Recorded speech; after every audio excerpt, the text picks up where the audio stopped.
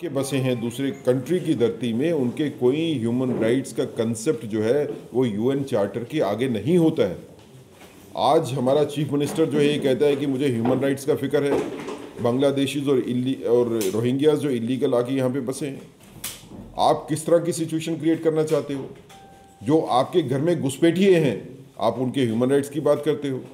कल तो आप जो टेररिस्ट आ रहे हैं उनके भी ह्यूमन राइट्स की बात करोगे, कहोगे कि ह्यूमन राइट्स के ऊपर हमको उनको पानी भी देना चाहिए, बिजली भी देना चाहिए, खाना भी देना चाहिए। ये किस तरह की सत्ता की जो है वो साजिश चल रही है यहाँ पे जम्मू कश्मीर में? इसके बारे में पूरी की पूरी जनता को जो है फिक्र करनी चाहिए। रोहिंग्याज और बांग्लादेशीज जो जम्मू में इलीगली आके बसे हैं, घुसपैठिए हैं यहाँ पे, उनकी इन्वॉल्वमेंट क्राइम में भी है, उनकी इन्वॉल्वमेंट टेरर एक्टिविटीज़ में भी है। आज ये रिपोर्ट खुल के सामने आती है कि इन लोगों की इन्वॉल्वमेंट ड्रग ट्रैफिकिंग में है। तो आप क्या उनके ह्यूमन राइट्स का नाम लेके ड्रग पेडलर्स को और टेररिस्ट को और ऐसे एलिमेंट्स जो क्राइम सोसाइटी में कर रहे हैं, जो इलीगली यहाँ पे आके बसे हुए हैं, आप ह्यूमन राइट के नाम के ऊपर उनको फैसिलिटेट करना चाहते हो? क्या ये गवर्नमेंट है?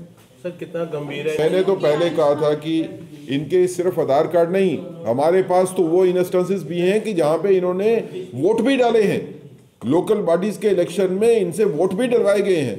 तभी मैंने कहा था पिछली प्रेस कॉन्फ्रेंस में कि एक विस्तृत तौर के ऊपर इन्वेस्टिगेशन होनी चाहिए कि कौन सी ताकतें हैं जिन्होंने इनको लाके यहाँ पे बसाया और इनको बसाने के बाद इनका इस्तेमाल जो है एज वोट बैंक किया। जी मैम, मेरा कहना यह है कि जो भी घुसपैठिया है यहाँ पे, जिसको कोई लीगल संरक्षण नहीं है, लीगल प्रोटेक्शन नहीं है, वो कोई भी फैसिलिटी लेने का हकदार नहीं है। उनको कोई फैसिलिटी अगर मिली है तो वो इलीगल है, और इलीगल फैसिलिटीज़ अगर किसी को भी मिली है तो उसको विड्रॉ करना पड़ेगा। ह्यूमन राइट के नाम के ऊपर आप कानून का खिलवाड़ नहीं कर सकते हो। गवर्नमेंट चलती है कानून के ऊपर, कानून के हिसाब से गवर्नमेंट चलती है।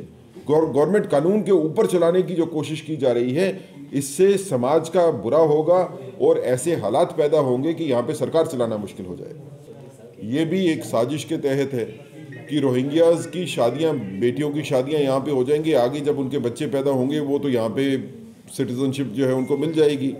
तो इस तरह से समाज में जो बदलाव करने की कोशिश है, एक डेमोग्राफिक चेंजेस को भी आप इसको समझ सकते हैं उस एंगल से भी, लेकिन मेरा उससे ज़्यादा कंसर्न है कि सिक्योरिटी का एंगल जो है इसमें इन्वॉल्व है। जो लीगल तरीके से जम्मू कश्मीर में आते हैं उस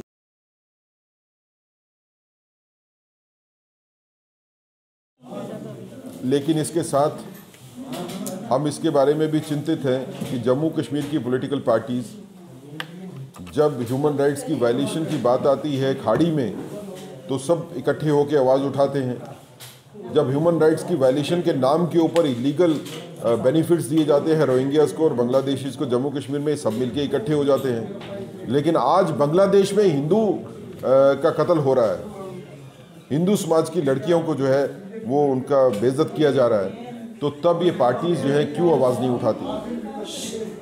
जम्मू में एक बड़ा प्रदर्शन हुआ कल, समाज के सभी हिस्सों ने उसमें पार्टिसिपेट किया, लेकिन क्यों इस तरह के प्रदर्शन जो है वो कश्मीर में नहीं होते? वहाँ पे भी होने चाहिए। जो ह्यूमन राइट्स की वायलेशन की बात करते हैं उन सभी को आगे आना चाहिए। जो बांग्लादेश में हिंदू समाज के साथ जो है ह्यूमन राइट वायलेशन हो रही है उसको कंडेम करने में भी, सेलेक्टिव कंडेम करना ह्यूमन राइट्स को, ये बर्दाश्त किसी भी डेमोक्रेटिक सेटअप में नहीं होता है, किसी सभ्य समाज में भी नहीं।